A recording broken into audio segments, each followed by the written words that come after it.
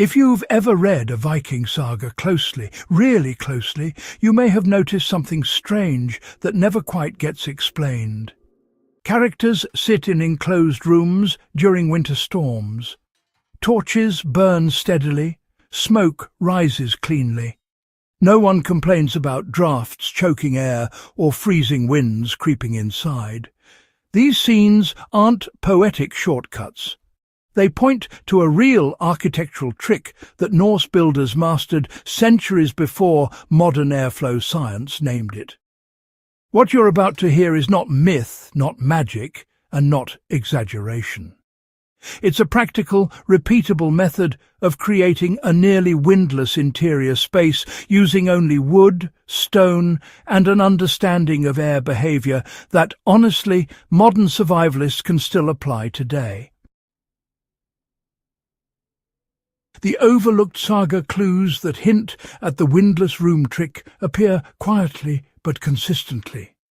In texts like Egil's Saga and the Icelandic family sagas, longhouses are described as warm refuges during violent weather, even while doors open frequently and fires burn constantly. The sagas mention smoke holes, raised platforms, and inner chambers called stofa or dingja, yet they never describe wind roaring through these spaces. That silence is meaningful. In an age when most structures leaked air badly, Norse homes did not. Archaeological reconstructions at Borg, Lens-aux-Meadows, and Reykholt confirm what the sagas imply.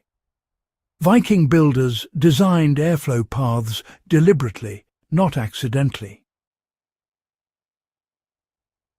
The core of the windless room trick relies on pressure balance rather than sealing everything shut. Viking longhouses were not airtight, and that was the point. Instead of fighting wind, they redirected it. The main entrance was often offset, never aligned straight through the building. This prevented a pressure tunnel from forming. When wind struck the exterior wall, it dispersed around the structure instead of forcing its way inside. Inside, secondary partitions created buffer zones. These acted like airlocks, slowing moving air before it reached living spaces. The roof design was just as critical to the system working properly. Norse roofs were steep, layered and heavy, usually built with turf over birch bark.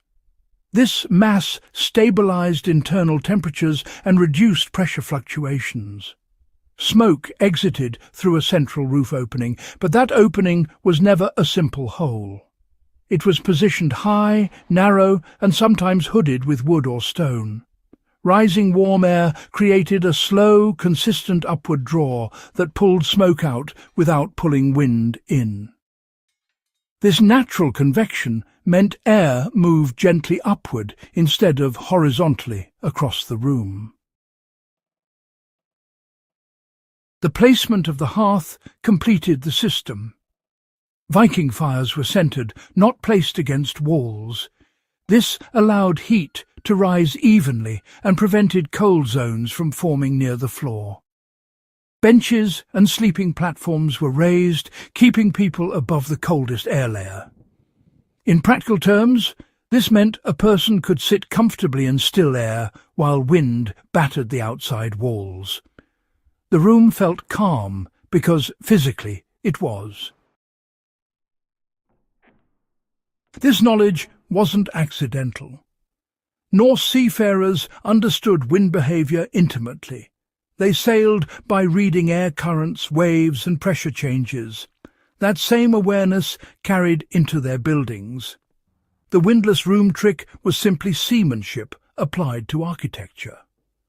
Control the flow, reduce turbulence, and never allow a straight line for pressure to travel through. Applying this knowledge today is surprisingly practical.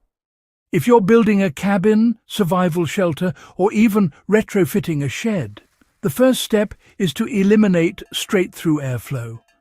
Avoid aligning doors and vents directly opposite each other. Introduce a short entry, corridor, or interior wall, offset by even a metre.